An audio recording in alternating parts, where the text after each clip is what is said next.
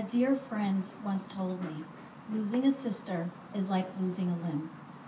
You have to relearn how to live your life without your sister by your side, as you would also have to do if you lost your limb.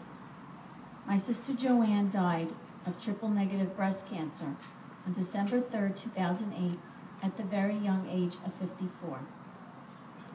Joanne took great care of herself.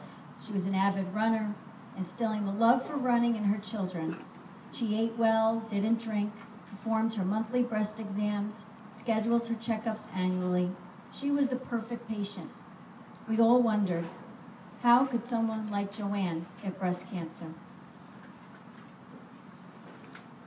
I still remember the phone call vividly in November of 2005 when my sister Joanne called me and said, I had breast cancer. That phone call began the long journey that she faced, a journey she faced head-on with courage, commitment, hope, and a take-charge attitude only Joanne could have facing such a battle. I knew from the moment I heard those words from Joanne that I needed to be there for my sister. She would face this journey with me by her side. Joanne was the oldest of 5 girls, and I was the youngest. There were 14 years between us. She was my godmother, my son's godmother. She was like a second mother to me when I was growing up, and always put up with me sitting in between her and any boyfriend she brought through the door.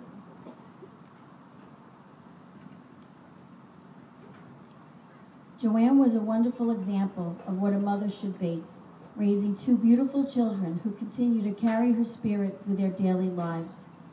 As I grew older, she was there for me when I had my own children, babysitting, making meals. As the children began to grow, Joanne was in attendance at every sports event, play, and concert. She became known as the Candy Aunt, bringing with her a fresh supply of M&M cookies for a special treat after each event, which all the kids would come to expect. For every holiday, she made delicious homemade chocolates, designing them with vibrant colors and shapes. Joanne was always there for us, for me, and I knew it was my turn now to be there for her.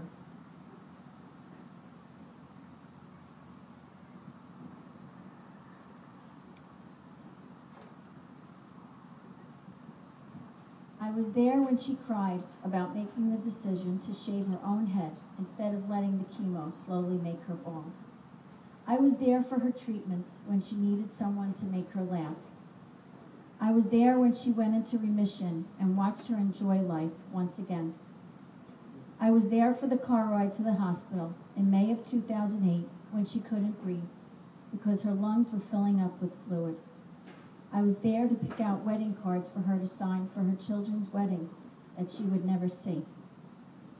I was there when she asked me to go back to the card store again because she didn't like what I picked out. I was there for the anger, the hope, and the encouragement. I was there when she decided that she was done with her treatments and would accept her fate.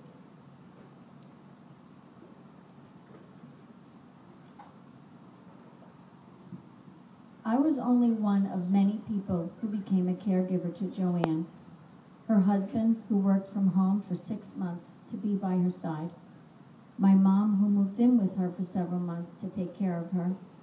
Her son and daughter, who came home from college and left employment opportunities to be with her.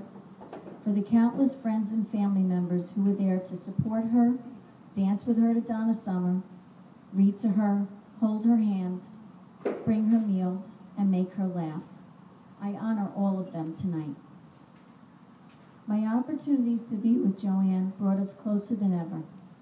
I told her everything I ever wanted to tell her, and she did the same.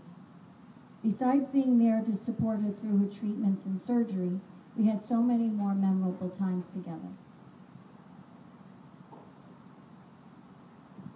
One of the fondest memories I have was in July of 2008.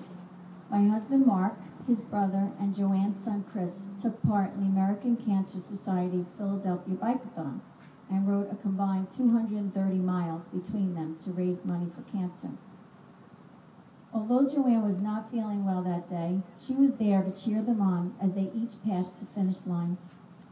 The following year, in 2009, after Joanne had passed, we received a brochure in the mail for the next upcoming bike-a-thon. To our surprise, our picture was on the front of the brochure, and in the background was my sister in the stands. Her picture was on billboards all across Philadelphia.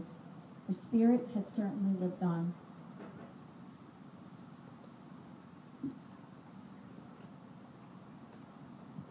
So many more moments that we shared.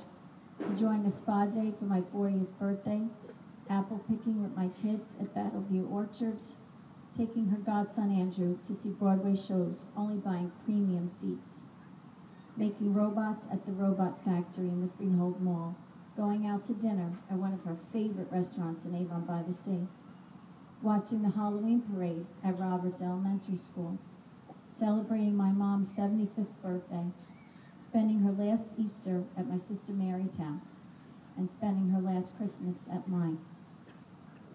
Joanne once told me that some people can live until they're 95 and never make an impact on anyone's life. And although Joanne's time on earth was cut much too short, she made an impression on those around her that will carry her spirit forever in our hearts and throughout our lives.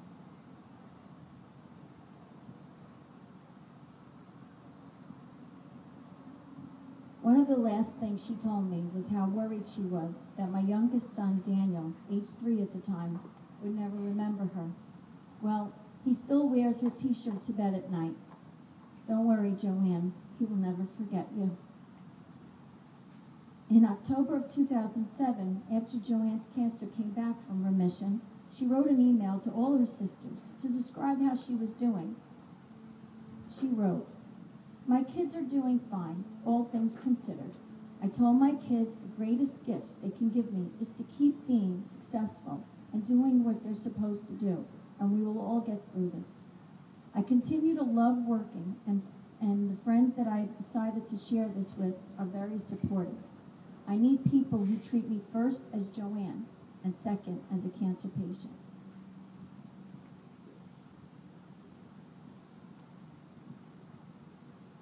My newfound friends through my support group and the exercise group have really enriched my life.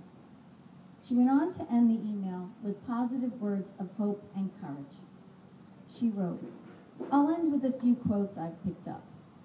One is a Danish proverb. Life is not playing a good hand. Life is playing a poor hand well. I've made up a few quotes of my own," she continued. Hope means having an optimistic personality every day. Another one, somewhat corny, is cancer may take my life, but cancer will not take the life out of me. I've been told by many I have a calling. Even my breast surgeon told me that in May before all this happened. When I went to Mass last night, I asked God if I have a calling, please give me direction. Funny, when I walked in the church, there was a big banner that said hope.